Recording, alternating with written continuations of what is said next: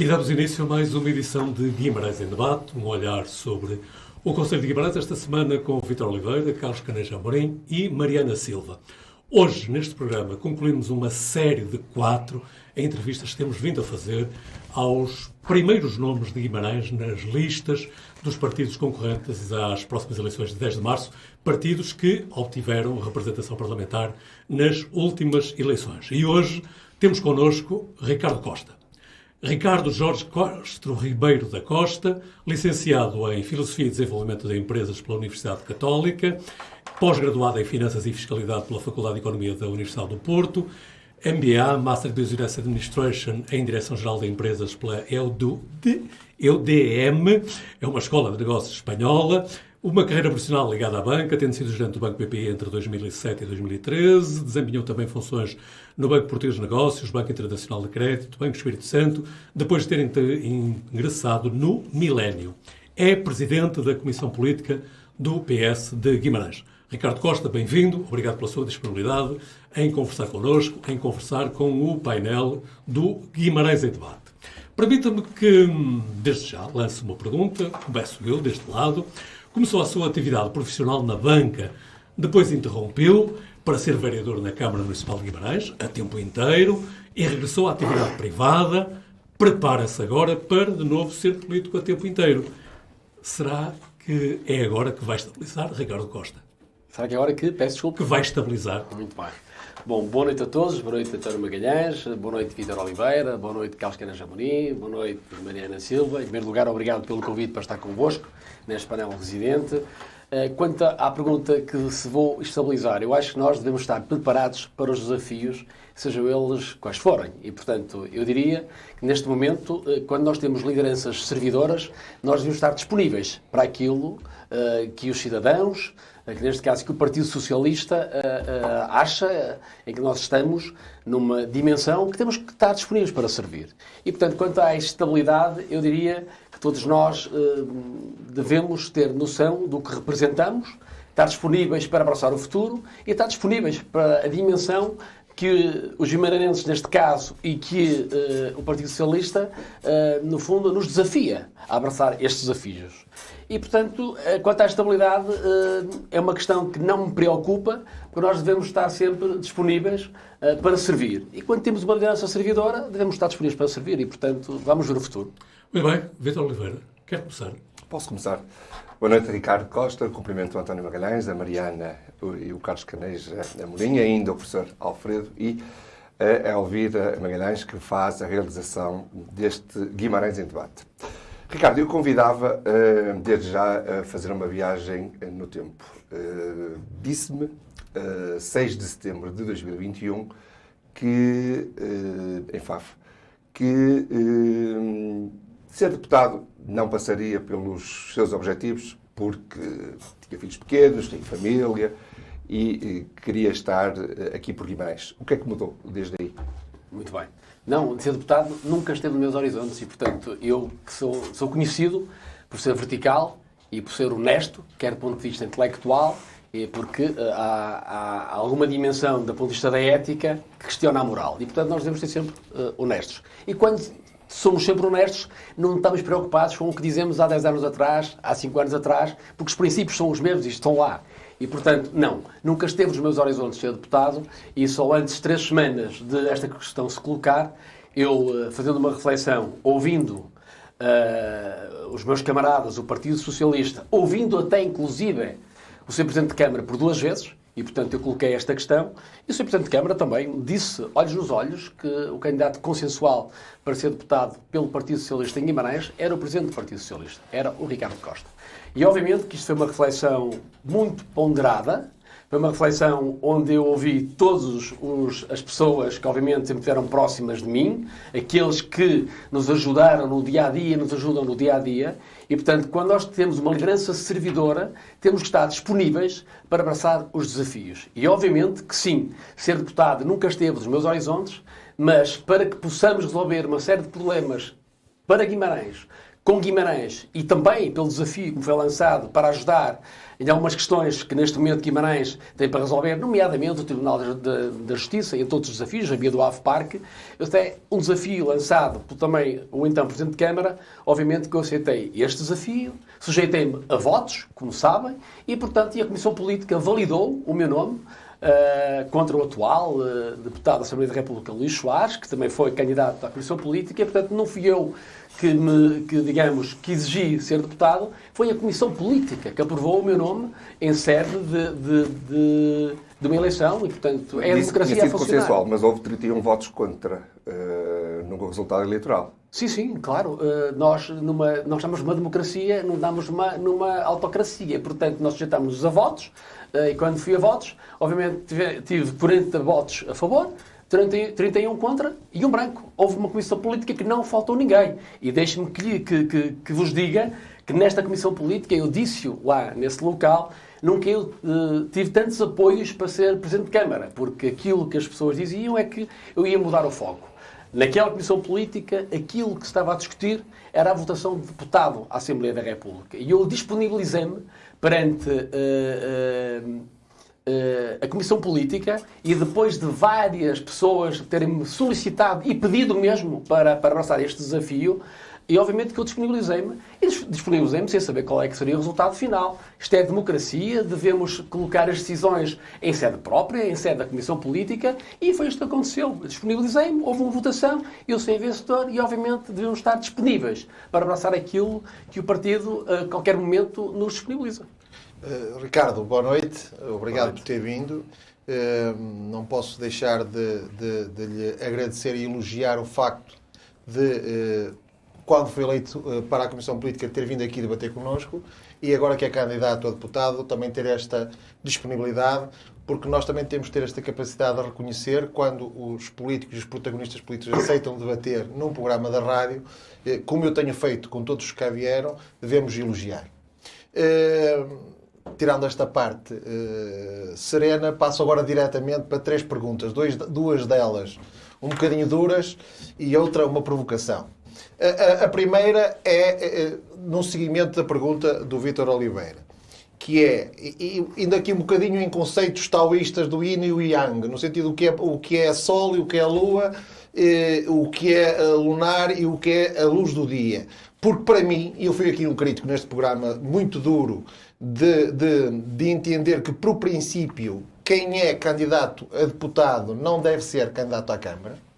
E quem, inclusivamente, é presidente de uma comissão política não deve ter, a acrescentar a isso, ser candidato a deputado e, para além disso, candidato à Câmara. Portanto, a pessoa do presidente da comissão política fica como se fosse um eucalipto que seca um bocadinho tudo ali à volta. E, portanto, na minha visão, eu tenho uma visão crítica. Mas quero-lhe dar a oportunidade, porque até de profissão eu sou assim, o poder do contraditório. Também do Ricardo Costa dizer que discorda da minha visão e qual é a sua visão e quais são as razões porque eu parto do pressuposto que o Ricardo Costa, não obstante ser candidato a deputado, também é candidato à Câmara Municipal no próximo ano, quando houverem as eleições. E, portanto, no meu entendimento, eu tenho uma crítica, mas o Ricardo Costa tem direito a dizer a sua visão. É isso que eu desafio a fazer. A última pergunta, que é uma provocação. Portanto, aqui tem 2 perguntas, que é ser candidato a deputado e candidato à Câmara, e o ser Presidente da Comissão Política, candidato a deputado e candidato à Câmara. Portanto, centrar em si todas as funções. E a última, que é uma provocação, é se, na primeira vez que for a Lisboa como deputado, se não gostaria de ir de Alfa Pendular a partir de Guimarães. Que, infelizmente, é o candidato do Partido Socialista a Primeiro-Ministro, que foi ele, como responsável setorial, que retirou o Alfa de Guimarães. Bom, agradeço muito a questão, o Carlos Caneves de Amorim, e deixe-me que lhe diga que, por princípio, e como disse no início, eu digo normalmente sempre o que penso e penso sempre no que digo, e, portanto, não estou preocupado se o que disse há 5 anos ou há 10 anos, porque eu mantenho sempre o mesmo princípio sobre aquilo que eu sou. Portanto, falar verdade. E quando eu lhe disse, e quando respondi ao Vítor Oliveira que não estava nos meus horizontes de ser deputado, nunca me tinha passado pela cabeça, é totalmente verdade. E, por princípio, isso colocou-se desde o seu início. E por isso é que eu falei com os membros da Comissão Política, falei com o Sr. Presidente de Câmara e obviamente, que disponibilizei de forma clara de forma inequívoca para encontrar soluções que pudessem ser soluções agregadoras. Só que percebi, no decorrer dos tempos, quer por parte do Sr. Presidente de Câmara e quer por parte da Comissão Política, a sua grande maioria, e que obviamente demonstrou na sua votação depois, que efetivamente a pessoa que podia reunir consenso e para não criar mais questões de divisões, devia ser o Presidente da Comissão Política. E portanto, eu perante o pressuposto do líder do município, perante o pressuposto da minha Comissão Política, da qual, obviamente, foi eleita quando eu fui candidato, como sabem, à Comissão Política contra a Sra. Vereadora Sofia Ferreira.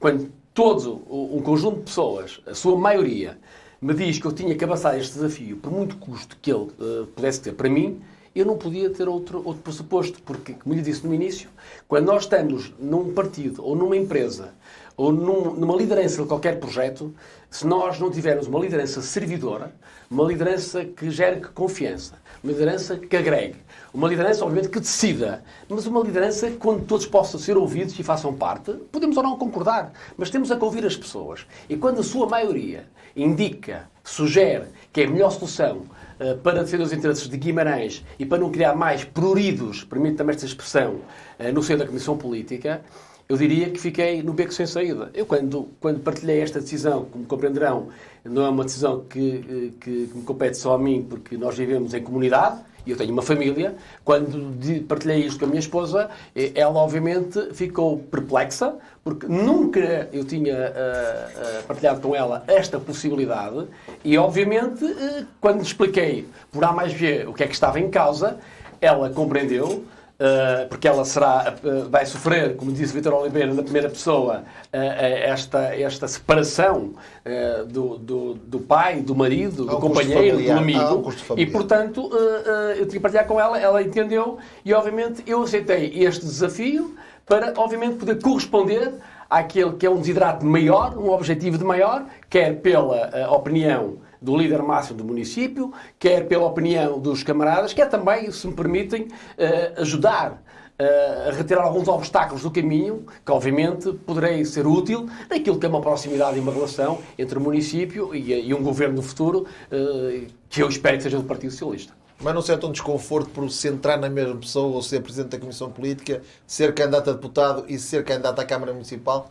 Se eu sinto desconforto, eu digo-lhe que não, porque quem me conhece sabe que eu estou minimamente agarrado aos lugares, como obviamente vocês perceberam isso quando eu fiz parte da lista de Domingos Bragança em 2021 à Câmara Municipal de Guimarães. Eu saí, e acho que todos concordam, com elevação, com dignidade, sem estar agarrado ao lugar, e não tinha nenhum lugar, e fui candidato à Comissão Política do Partido Socialista, sem qualquer cargo político, sem qualquer nomeação política, como aliás, 2 anos depois não tenho nenhuma nomeação política, nem tenho nenhum cargo político, mas que eu concordo que tenham cargos políticos e defendo que os políticos podem ter os seus cargos políticos sem problema rigorosamente nenhum. Nós não devemos continuar a dar para peditórios de crucificar os políticos, de acusá-los de, desculpem o termo, do tacho.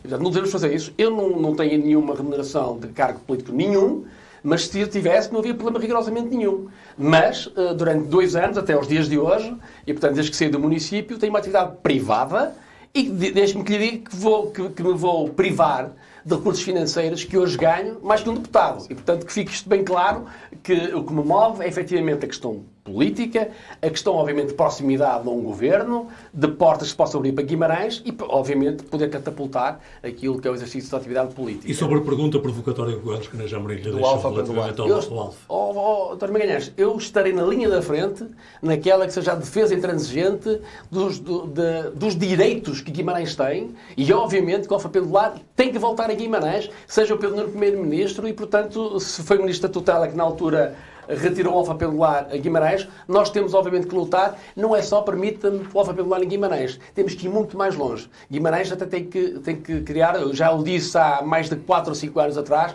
criar um eixo industrial ferrovia, desde Lordelo ao centro da cidade, ligando todo o centro da cidade por metro de superfície, se me permite, tudo que é equipamentos, Universidade de Minho, shoppings, segurança social, tribunal, e depois ligar, obviamente, este eixo industrial em direção às taipas. Não há sequer dúvidas. E, portanto, eu disse isto há mais de 5 ou 6 anos atrás, no jornal de Guimarães. Eu volto a dizer e volto a reiterar. Mariana Silva, certamente estás a gostar de ouvir falar em ferrovia. Sim, a ferrovia estou a gostar com certeza. Antes de mais, boa noite e obrigada pela disponibilidade para estar a conversar aqui connosco. A questão que lhe colocava, ou melhor, hoje este debate será mais centrado num debate de porquês, não é? E começando pela mobilidade, que é uma questão que muito falamos também neste programa, é estar na linha da frente para exigir o regresso do Alfa.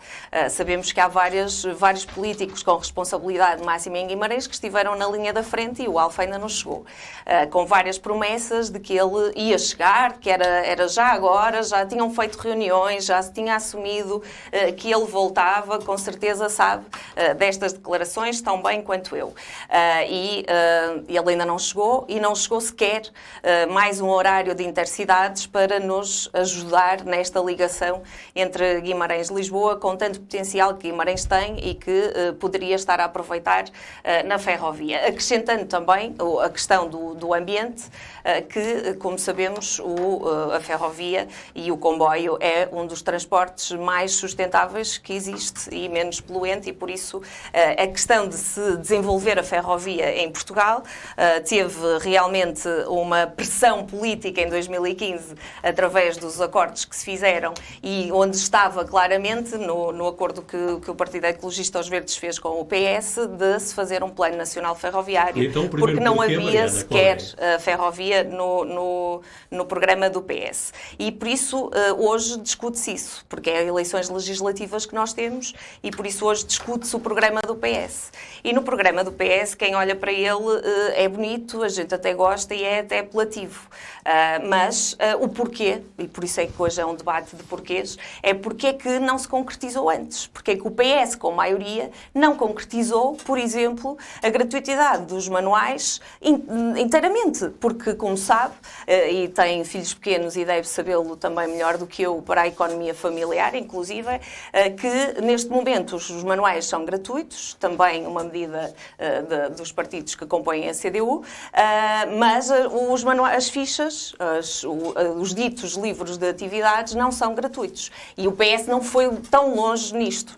O PS, por exemplo, votou contra o cheque de ajuda às famílias carenciadas para a compra de óculos para crianças que necessitem. Mas agora, no seu programa, tem um cheque para ajudar as famílias na compra desta necessidade. E por isso é o porquê que o PS não foi tão longe quando deveria ter ido e que podia ter feito porque tinha a maioria. Porque é que promete agora e não o fez antes quando tinha um governo de maioria. Bom, isto eu não diria que é a idade dos porquês, é o debate dos porquês e, portanto, quanto à questão da mobilidade, à questão do Alfa, obviamente que eu estarei na linha da frente para defender os interesses de Guimarães e dos guimaranenses. E obviamente que o Alfa pendular é fundamental para poder corresponder aos anseios desta centralidade que Guimarães tem que ter. Mas eu vou mais longe. Eu vou mais longe porque nós temos que ser ambiciosos. E... Ferrovia Guimarães-Braga também? Não. Já lá vou. Tu escolher as palavras para não ser mal interpretado. E nós temos que ser ambiciosos ao ponto de exigir, vou usar a palavra exigir, que este codilato urbano seja claramente ligado por metro de superfície. Mas vou explicar porquê. Nós não podemos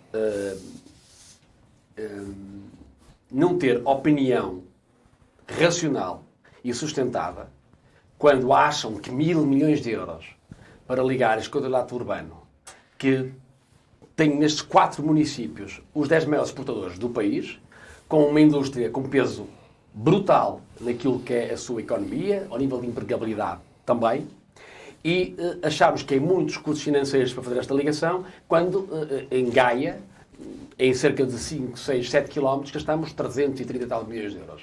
E, portanto, nós temos que ter ambição, mas temos que perceber que temos um problema administrativo que nos causa problemas, que é, nós temos 2 cimes, cimo do Ave e cimo do Cabo, onde temos Famalicão e Guimarães acima do Ave, e temos claramente Braga e Barcelos acima do Cabo. Nós temos claramente, do ponto de vista administrativo, claro, esta é uma questão que tem que se colocar aos autarcas, mas temos que criar uma área, aquilo que eu tenho chamado a área metropolitana do Baixo Minho.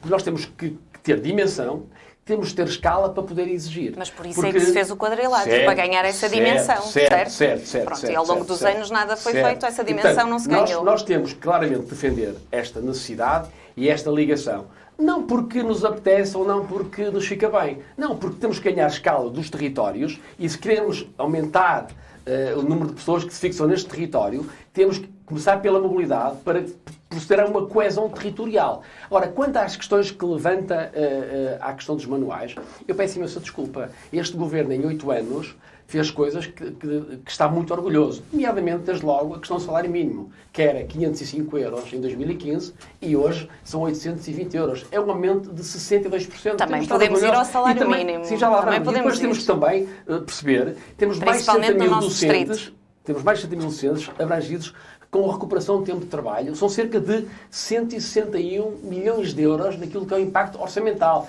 Já está tudo bem? Não está tudo bem. Temos o abono de família, que era 23 euros em 2015 e foi recuperado para 75 euros. Ou seja, não se consegue fazer tudo em 3 tempos, mas temos caminhado, temos feito um caminho sustentado, um caminho sério, um caminho sem aventuras, permitam-me esta palavra, porque está em causa aquilo que é a sustentação e a sustentabilidade das contas públicas. E, nomeadamente, também aí, nós não medimos, ou podemos medir meças com muita gente. Nós temos uma dívida pública hoje abaixo de 100% do produto interno bruto e tivemos um dos maiores crescimentos da União Europeia. E, portanto, tivemos 2,5% crescimento, enquanto a Europa cresceu 0,5%. E quando a Áustria teve um crescimento negativo e, portanto, nem sequer teve crescimento. E por isso continuamos com os porquês. 11 mil milhões de euros e não se fizeram e não se tomaram as medidas, medidas necessárias para melhorar a vida dos portugueses. Muito pelo contrário, continuamos a ter muito mesmo para pouco salário, certo? Nós ainda não conseguimos fazer tudo e por isso é que queremos continuar a governar Portugal para continuar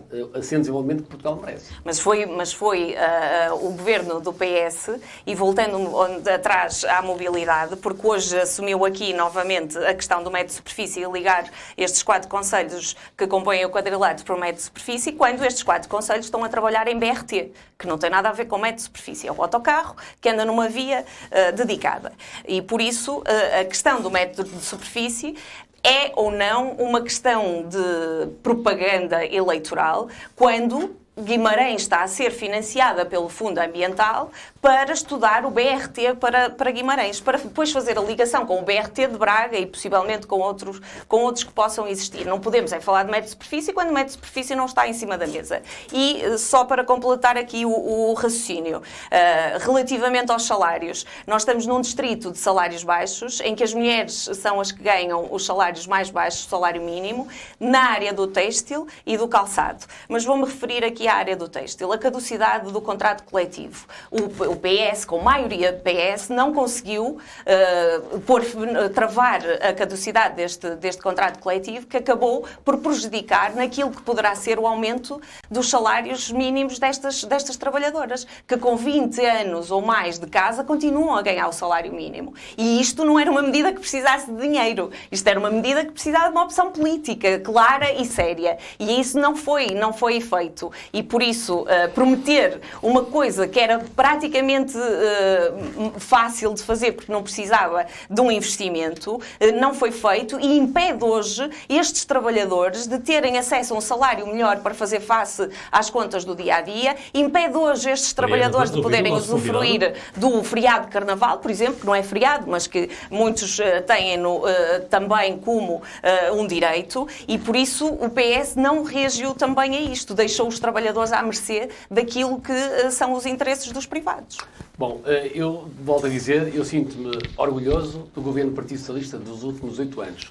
Todos os dados, sejam eles vistos de que prisma forem, são todos extremamente positivos para o país.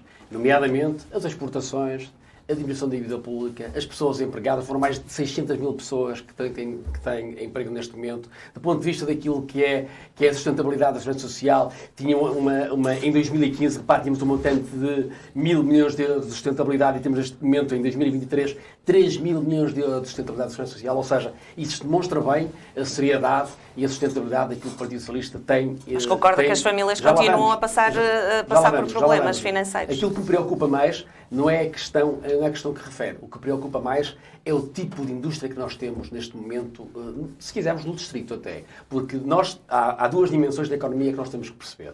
Eu costumo dizer que as novas tecnologias, a digitalização, a robotização, tudo isto faz falta. É verdade. Eu até costumo dar um exemplo, que a empresa maior de transportes do mundo não tem um carro no seu ativo, chama-se Uber. É um novo modelo de negócio, uma plataforma que foi metida para transportar pessoas. E os carros nem sequer são dessa empresa. Temos que continuar este caminho? Temos. Mas temos que fazer uma coisa que é fundamental. Temos que proceder à reindustrialização, claramente, da economia. Como é que isto se faz? De forma séria e de forma previsível. O governo tem que ser capaz de criar projetos de inovação para a indústria têxtil, calçado, metalomecânica, de forma a que, do ponto de vista interno, cada empresa possa ter um diagnóstico claramente qual é a situação, o ponto de situação de cada empresa ao nível da sua indústria 4.0, para ver financiados políticas de capacitação, de reconversão e requalificação de recursos humanos para melhorar os seus salários, mas também para proceder a uma nova economia que é preciso, dentro das empresas têxteis de calçado, e proceder a uma espécie de incubação industrial para desenvolver novos processos, novos produtos, com novas margens, na criação de marcas, na criação de propriedade intelectual, para que as empresas possam, de uma vez por todas, pagar mais e melhores salários. Mas esta reindustrialização da economia portuguesa tem claramente de acontecer e tem que haver aqui um chapéu, que eu tenho dito claramente, e tem que ser gerido pelo IAPMEI. Isto, para mim, é fundamental, o IAPMEI, assumir aqui um papel Método de superfície, é propaganda ou não? Não, o método de superfície, eu falo-lhe aqui como candidato a deputado, e a questão do BRT não quer dizer que impeça o método de superfície. O BRT, o que vai é estudar um canal, e, portanto, por onde é que tem que passar um BRT, e nada impede que nesse canal do BRT possa surgir um método de superfície. Não anda isso é impeditivo e não é propaganda. Mas os outros conselhos com os quais nós temos que nos ligar estão a fazer BRT. Os outros conselhos que nós temos que nos ligar compreenderão, e não tenho dúvidas que esta será a melhor solução para ligar o Palácio Urbano. Vamos abrir aqui o leque. Vitor Oliveira, força, diz aí. Eu ia colocar a questão, já se falou aqui da área metropolitana do Baixo Minho, o Ricardo sugeriu isso também quando se candidatou à área distrital do Partido Socialista. A minha pergunta é se esse é um dos objetivos como deputado para executar durante um ano que supostamente vai ter em prática. Isto porque, indo para deputado e saindo no próximo ano, Guimarães, o PS Guimarães, vai ficar sem representação na Assembleia da República porque em lugar efetivo apenas está o Ricardo Costa. Eu só posso prometer aquilo que me compete e que me diz respeito e que sou capaz de concretizar. Não faço falsas promessas, não sou demagogo, sou claramente objetivo e assertivo naquilo que digo face às questões que me colocam. Obviamente, como deputado, não tenho poder executivo, não posso executar o método de superfície ou uma ligação qualquer. Mas como deputado, obviamente que defenderei as políticas de Guimarães, em sintonia, obviamente, com o Sr. Presidente da Câmara e todo o seu Executivo, mas, obviamente, não deixarei de opinar nos momentos certos, sobre as políticas certas, daquilo que é o meu pensamento próprio. E, portanto, a questão do método de superfície é uma questão importante, é uma questão crucial. Estava a falar da área metropolitana do Baixo Minho. Certo. Sim, mas disse a questão do método de superfície era para executar. Disse essa questão. Eu percebi isso. Não, a área foi a Mariana. Então, aqui, relativamente à área metropolitana do Baixo Minho, eu já o tenho dito e já o disse por diversas vezes, inclusive a Presidente de Câmara de outros partidos, que era fundamental nós caminharmos nesse sentido para ganharmos força, para ganharmos escala e para sermos ouvidos naquilo que é um governo centralista e centralizador, e que nós temos de ter claramente uma voz ativa que defenda, obviamente, os nossos interesses. Os compromissos com os eleitores são para cumprir. O compromisso para os eleitores comigo são sempre para cumprir. Mas e, portanto, não vai conseguir, vai ser a meio.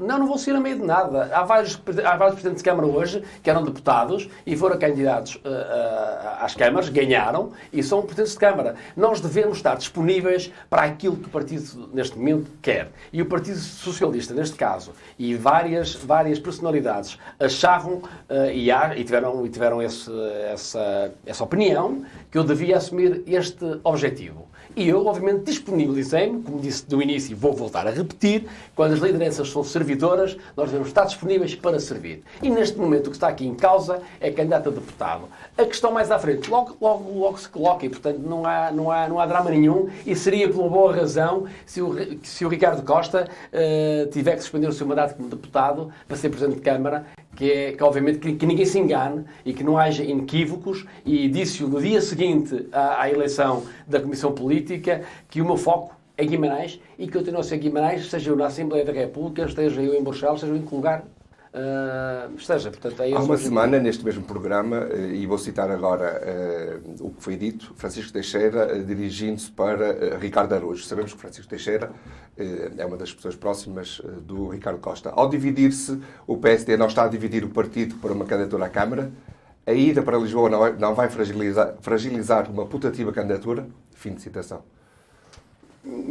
Eu não vou para deputado da Assembleia da República para aumentar notoriedade, para aumentar mediatismo, para aparecer nas televisões, sem qualquer sobranceria. Eu estive no município de Guimarães durante 8 anos e sei bem aquilo que os guimaranenses me reconhecem e no espaço público e no espaço mais privado, e o que me dizem, portanto, a minha questão de ser deputado da Assembleia da República deve-se essencialmente ao momento que o Partido Socialista atravessa e ao apoio que foi claramente inequívoco de todos aqueles que me pediram e me solicitaram para abraçar este objetivo com custos, mas que obviamente defender Guimarães não tem custos. Eu gostaria de, porque basicamente para o Ricardo tenho agora 2 perguntas de fundo, começarei agora pela primeira pergunta de fundo, que é, e aliás eu cheguei a fazer aqui um comunicado no fundo ao Sr. Presidente da República na altura que fomos para eleições, que é o facto de, como disse o Sr. Ministro da Economia Costa e Silva, estamos num polígono industrial de excelência, o polígono industrial do Minho, com mão de obra intensiva, vimos os empresários do Minho,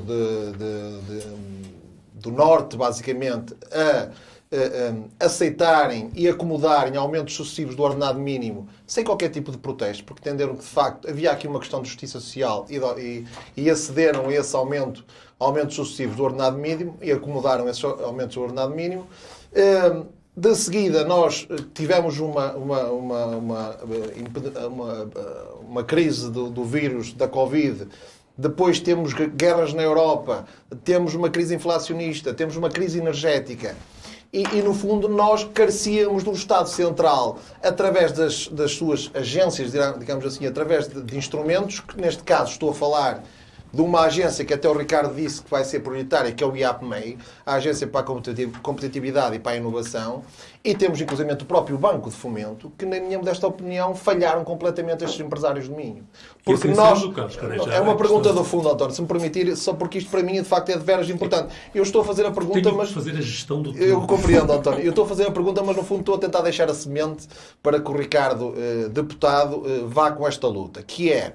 Inclusive a própria Caixa Geral de Depósitos, que é o Estado é que é detentor, e a Caixa Geral de Depósitos este ano preocupou-se em bater o recorde de receita, quando devia dar o exemplo e estar próximo das empresas e ajudar as empresas. Eu entendo que, de facto, todos os instrumentos que o Estado tem e que deveria ter posto em prática para ajudar as empresas de Guimarães e do Minho, falhou completamente. O Ricardo, que sei que tem inclusivamente um passado profissional nesta área da banca, sei que inclusivamente tem informação junto ao tecido empresarial, vai como deputado com esta preocupação e sente que de facto há aqui uma urgência que é acomodar o paradigma e as práticas que têm sido seguidas até agora?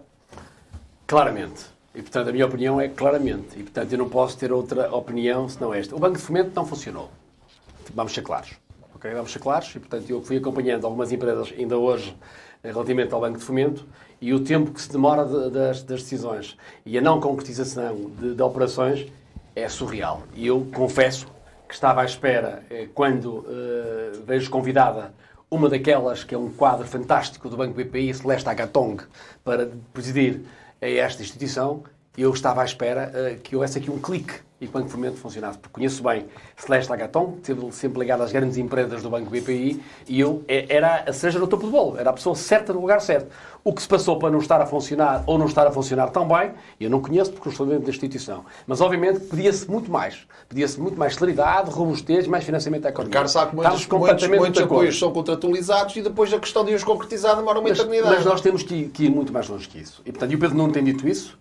Não sei se também por alguma influência e por algum inputs que eu também lhe fui fazendo chegar. Ele defende uma economia muito mais sofisticada e não um apoio a tudo e a todos. Portanto, ele defende claramente isto para se criar uma dimensão de contágio ao ecossistema económico. E, portanto, temos que financiar, temos que definir quais são os clusters fundamentais e, portanto, para depois financiar. E eu defendo há muito tempo, não é de agora, a clusterização da nossa economia. E a clusterização da nossa economia gerida pelo IAPMEI. E porquê o IAPMEI? Porque o IAPMEI é a instituição que mais conhece o tecido empresarial em Portugal. Ponto final, não vale a pena. E, portanto, eu sei bem, porque me relacionei várias vezes com os gestores do IAPMEI, e, portanto, nós temos claramente que colocar o IAPMEI aqui no topo da pirâmide. E temos que proceder à clusterização da economia. Porquê?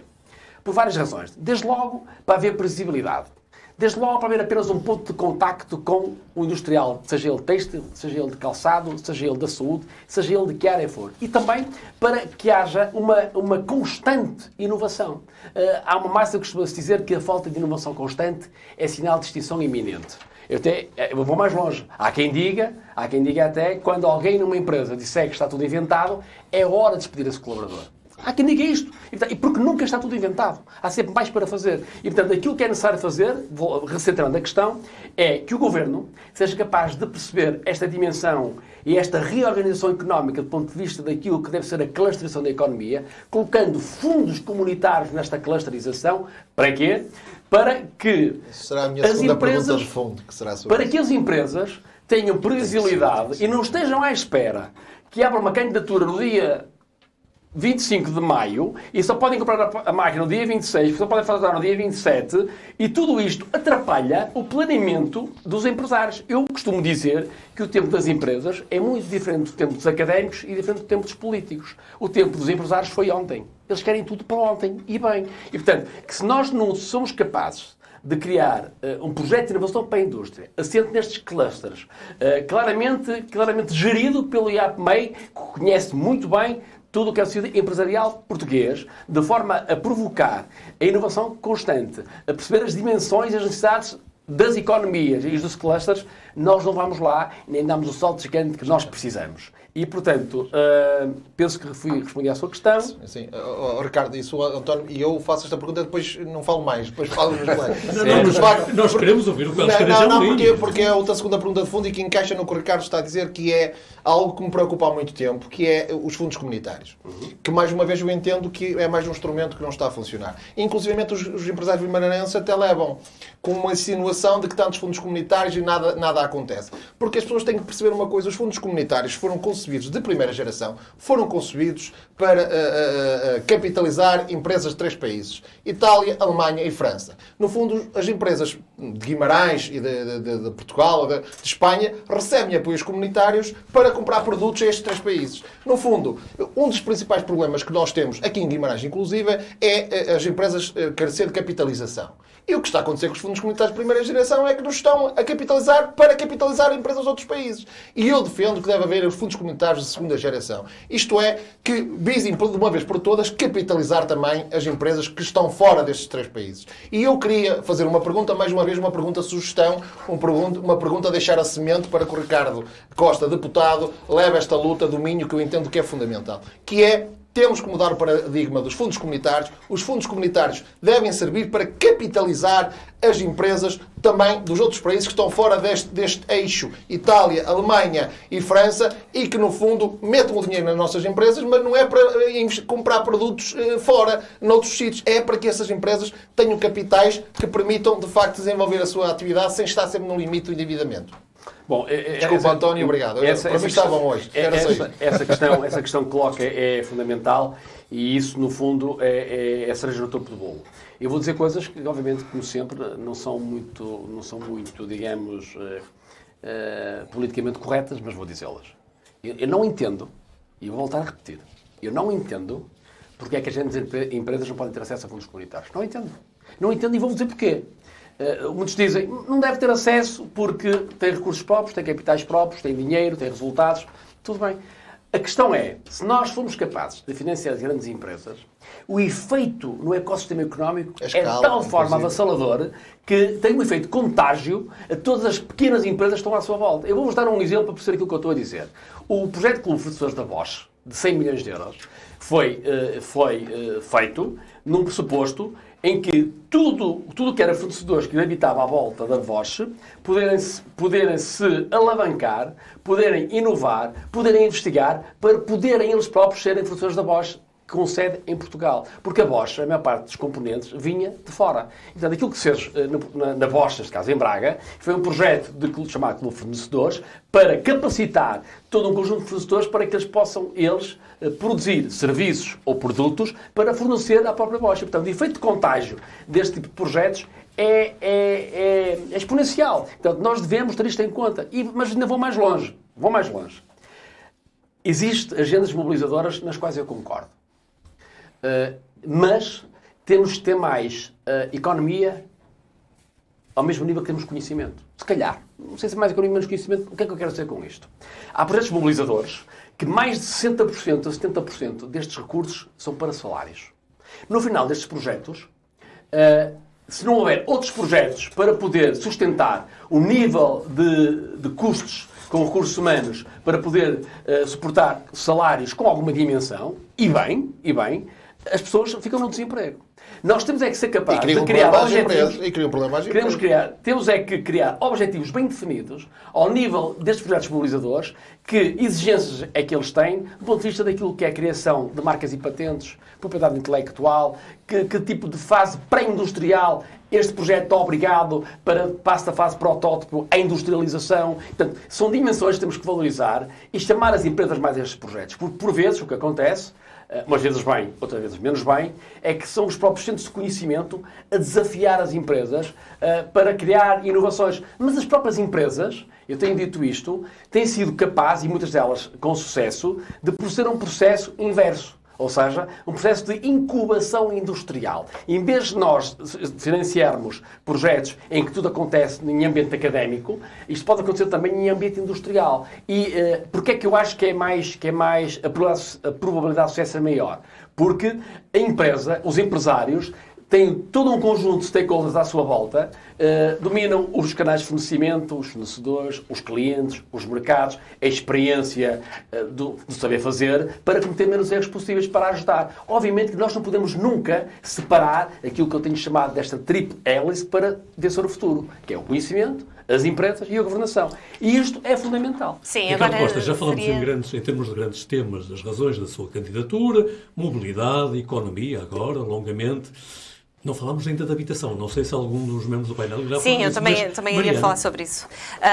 Eu acho que temos que baixar os pés à terra e pensar que as pessoas estão com dificuldade hoje. Hoje as pessoas têm dificuldade em pagar a renda, hoje as pessoas têm dificuldade em pôr comida na mesa, hoje as pessoas têm dificuldade em pagar a energia, a água, as comunicações, e hoje o salário mínimo é pouco para isto tudo, e nós estamos num distrito em que o salário mínimo é prevalecente e toda a gente, a maioria, ganha o salário mínimo. E por isso o discurso de desenvolvimento e de futurismo que fez, e de grandes empresas, porque ainda não falou das pequenas e médias empresas, que são 90%, como sabe melhor do que eu, das nossas empresas em Portugal, e estas sim estão a fechar.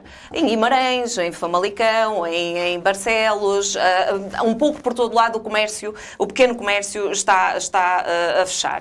E por isso está a fechar, porque as pessoas também não têm poder de compra, e como não têm poder de compra também não compram, e isto há aqui uma bola de neve. E relativamente às rendas, ou à habitação, que é um problema grave em todo o país, mas grave no distrito de Braga e em Guimarães, que eu, se não me engano, saiu uma notícia que diz que nos últimos 3 meses foram vendidos, o preço das casas subiu outra vez, e por isso não se compreende como é que as pessoas conseguem ter habitação, e não conseguem, porque há hoje pessoas a viver em barracas, mesmo trabalhando e tendo um salário ao fim do mês, e por isso aqui a questão que fica é porque é que o PS, quando pôde, não revogou a lei das rendas.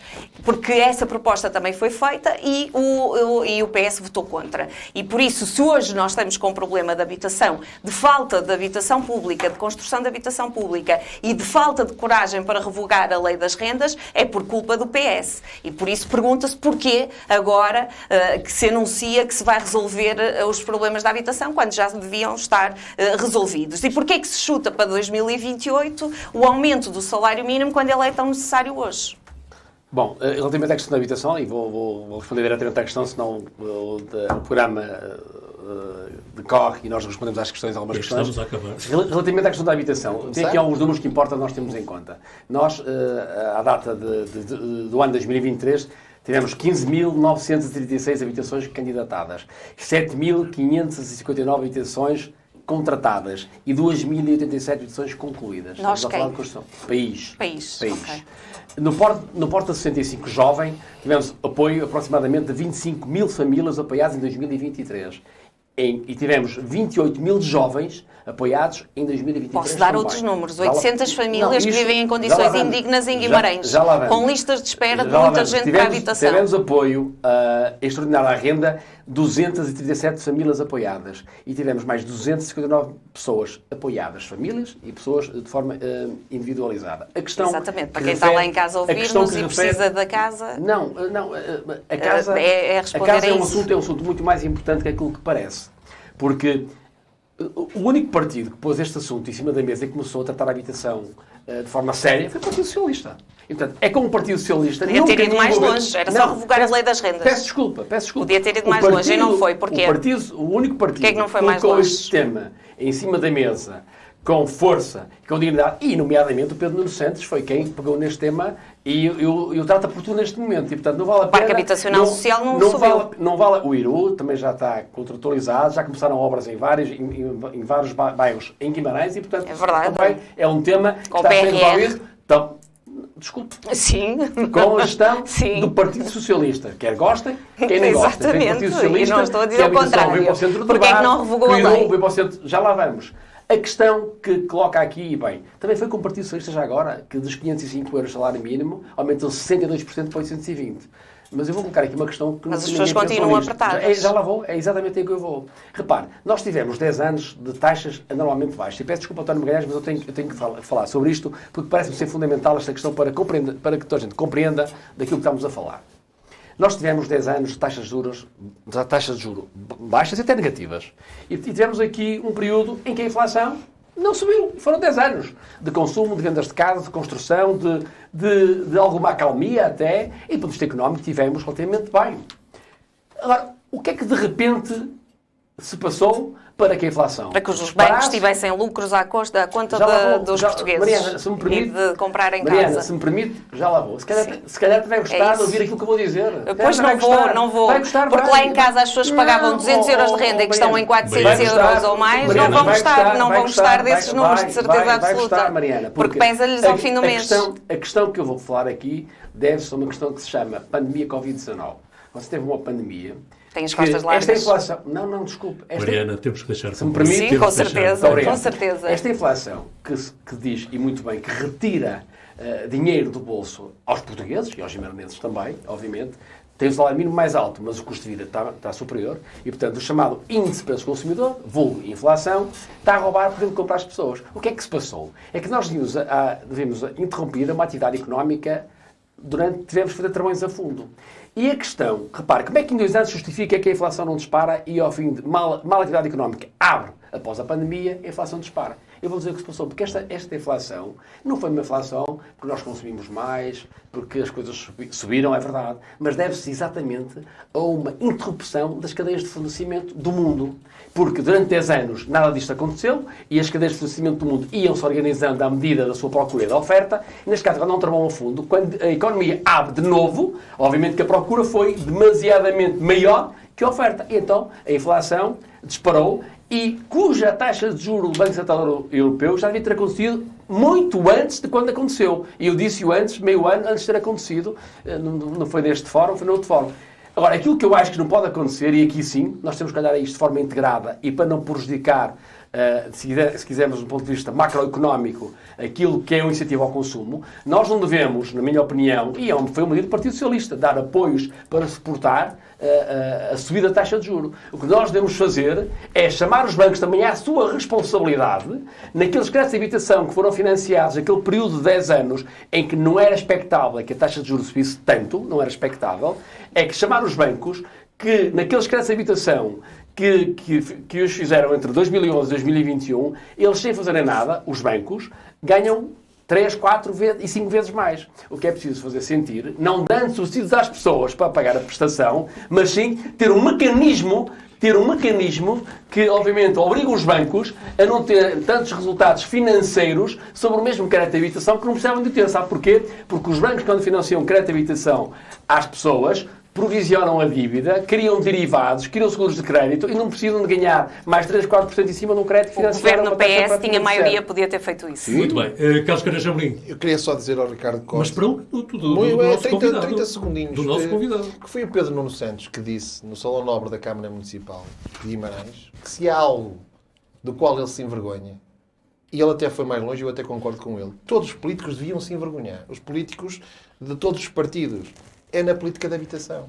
Ele reconheceu e disse de forma expressa... Completamente de acordo. Todos nós falhamos em termos de políticas de habitação. Todos não. Eu estou a dizer o que ele disse. Nunca foi prioridade. E eu entendo que foi ele sempre prioridade da habitação social e o apoio. Nós, protagonistas políticos, deveríamos ter antecipado este problema e deveríamos, inclusive, em termos de oferta de habitação pública, deveria haver outro tipo de oferta que não temos e não estávamos Isso foi prioridade de alguns partidos. Vamos ouvir. Nesta campanha, Ricardo Costa dedicou uma semana já ao conhecimento. Foi a primeira. Faltou-me aí dar no sábado domingo, que no sábado completou 50 anos. Não faltou. Esteve no Ave Park, que teve como uma pasta que teve sob a sua alçada durante 8 anos como vereador. Esta semana está a dedicar ao desporto, realidades, portanto, que conhece bem. A questão direta é esta. Na verdade, do que é que procura apurar ao certo com estas visitas? Bom, primeiro, dizer, Vítor Oliveira, que não faltou a Universidade de Minho. Infelizmente, o seu reitor teve um percalço e não conseguiu comparecer a um agendamento que existia com ele. E, portanto, não faltou. E, portanto, eu sei bem quais são também as instituições de referência de Guimarães. Faltou que merecem. Mas eu não faço campanha para a fotografia, para a comunicação, para dizer que fui quando não fui. Portanto, eu teve agendado na Universidade de Minho, o seu reitor, à última da hora, pediu-me imensa desculpa, que não conseguiu estar presente. Eu diria que até alterei a agenda da minha reunião, que tinha previamente o seu reitor para uma outra hora que ele ia poder, mas obviamente com o aproximar deste aniversário, teve outros compromissos que se puseram e nós temos é que compreender e ficámos para essa visita para outra dimensão. O que é que eu procuro? É aquilo que nós devemos procurar. São realidades que já conhece. Certo. Não, nós nunca conhecemos as realidades. São essas as prioridades? Não, a política, as instituições não são estáticas, são dinâmicas, são realidades que alteram todos os dias. E nós devemos ter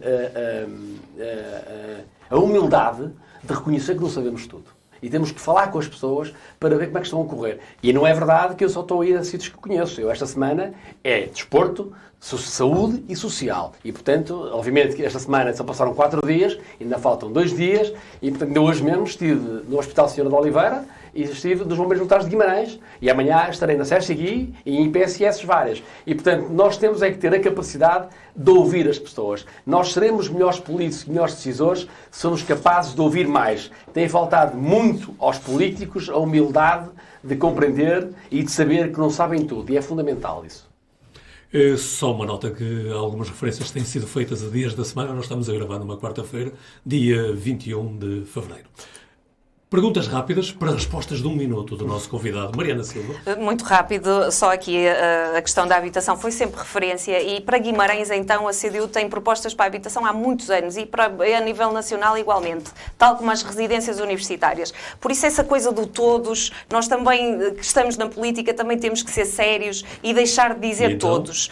Mas a última pergunta que eu gostaria de fazer é, já que falamos aqui na possibilidade de uma área metropolitana do Baixo Minho, o porquê dos desequilíbrios no âmbito da mobilidade e o passo social intermodal ainda não estar garantido para os vimaranenses e para aqueles que vivem no distrito de Braga e continuam a pagar um preço altíssimo de passe para se poderem deslocar entre os concelhos. Muito bem. Bom, relativamente, eu não tenho por hábito primeiro, atacar as pessoas quando são de forma, se não são justas. E aquilo que eu disse é que, e concordo com o Caneja Amorim, claramente, todos somos culpados desta questão da habitação, todos. A Europa até, se quisermos. Sim. Não é só Portugal, até a Europa. Não quiseram saber, foi a opção política. Foi a opção política dos governos, de quem lá estava. Eu peço imensa desculpa. Nós temos que ser sérios e não usar o todos para nada. Peço desculpa. Nós não resolvemos os problemas da habitação com habitação social. Nós resolvemos os problemas da habitação com políticas sociais de habitação. Há países desenvolvidos com Nós habitação pública, nomeadamente, com parques de habitação pública muito grandes que resolvem problemas graves. Certo. Mas eu não quero a guetização da classe favorecida. Eu quero que as pessoas que têm menos rendimentos possam coabitar com aqueles que têm mais rendimentos. E é urgente necessário, obviamente, nos licenciamentos de grandes prédios, grandes unidades, é preciso salvaguardar essas questões para que um cidadão eu não sou obrigada a comprar uma casa. Possam ter esse acesso com políticas públicas direcionadas para que possam coabitar com aqueles que possam ter maiores recursos financeiros. Quanto à questão das residências, peço desculpa, António Magalhães, quanto à questão das residências universitárias, Guimarães começou uma no Ave Parque, um investimento de 15 milhões de euros, em que o próprio município vai suportar cerca de 9 milhões de euros. Portanto, se há quilómetros da universidade. Se há a questão... Não fica a quilómetros da universidade, lá está, é coisa territorial. Fica. Carlos Caneja Amorim. Ricardo Costa, deputado da Assembleia da República, vai votar favoravelmente a uma iniciativa pela qual eu estou, não diria a liderar, mas a contribuir no sentido de fazer de 24 de junho o Dia de Portugal?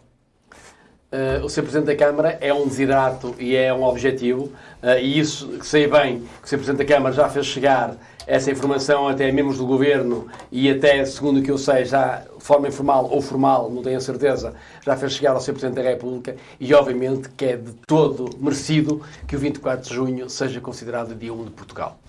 Vítor Oliveira, última questão. Última questão. Cumprindo-se a próxima legislatura até ao final do mandato, a maior parte desse mandato não terá um deputado do Partido Socialista no Parlamento. Nós continuamos a fazer política de terra queimada e política de questiúnculas. Aquilo que importa que qualquer deputado está na Assembleia da República... Nós tivemos a Sónia Fortezinhos e o Luís Soares, 2 deputados. Tivemos o Luís Soares e tivemos o Laranjeiro, 2 deputados. Corremos o risco, da maior parte do tempo da próxima legislatura, não ter um representante do Partido Socialista de Guimarães no Parlamento. Isto não é de política de terra queimada, é uma pergunta objetiva. Não, peço desculpa. Não importa a quantidade de tempo que nós dedicamos às coisas. Importa a qualidade do tempo que nós dedicamos às coisas. Não havia Guimarães Eu penso que quanto à questão do deputado já foi tudo esclarecido, não tenho mais nada a responder. E, portanto, o que eu disse foi claro, foi inequívoco. E eu fui deputado numa posição de consenso de vários intervenientes e quem conhece toda a história e a história verdadeira, leia-se, sabe bem que nunca esteve nos meus objetivos ser deputado, mas devido às circunstâncias que se foram conjugando, eu não podia faltar ao meu partido, faltar à Comissão Política, naquela que é uma liderança servidora que todos devemos ter, neste caso aos partidos políticos e a Guimarães. Ricardo Costa, nosso convidado de hoje, aqui ao longo de 45 minutos, sensivelmente, fomos arrendo por alguns dos temas que vão marcando esta campanha política para as eleições de 10 de março. Razões da candidatura, a mobilidade, a economia, a habitação. Estava à espera de ouvir falar aqui mais vezes na via do Ave Parque. Ela esteve aqui a sussurrar sobre, ou a pairar sobre nós, mas de facto nunca foi explicitamente referida. Obrigado, Ricardo Costa, pela sua participação neste Guimarães em Debate. Antes de terminarmos, permita-nos que lembremos que está já nas bancas a edição de fevereiro do Jornal de Guimarães, com o cinema a merecer honras de capa, Rodrigo Areias e a produtora Bando à Parte. O Bruno José Ferreira traça uma panorâmica da situação do cinema em Guimarães, revendo um pouco do passado, mas, sobretudo, as próximas produções. As questões da mobilidade continuam no primeiro plano das preocupações vimardenses e o Tiago Mendes Dias estudou o que poderá vir a ser o percurso a realizar pelo Metrobus entre a cidade e as Taipas e avança com algumas novidades. Na rubrica sobre o movimento perpétuo associativo, o Bruno José Ferreira visitou o Núcleo de Inclusão, Comunicação e Média, Palavras Infinitas, e conta o trabalho inovador que aí se vai realizando. Também o desporto merece atenção, com destaque para a luta, o futebol, o salão feminino e o ciclismo. Referência ainda para aquilo que é habitual nas páginas do Jornal de Guimarães, que tem a ver com as páginas de opinião, com presença marcante. E agora sim, antes mesmo de fecharmos, num minuto, o Carlos Caneja Amorim parece que tem um convite a fazer.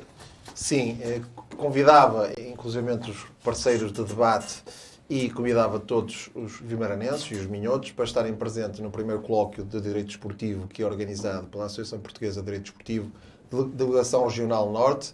Delegação essa que eu e mais uns camaradas lutamos para que a sede fosse instalada em Guimarães e agora novamente lutamos para que se fizesse aqui, pela primeira vez, um colóquio de direito desportivo. Só será um sucesso com a vossa presença. Apareçam. Final do Guimarães em Debate. Renovar o agradecimento ao Ricardo Costa pela disponibilidade que teve em conversar com os membros do painel do Guimarães em Debate. Pela nossa parte, voltaremos 2 a 8 dias, retomando aquele que é o formato habitual deste tempo de reflexão sobre o Conselho de Guimarães.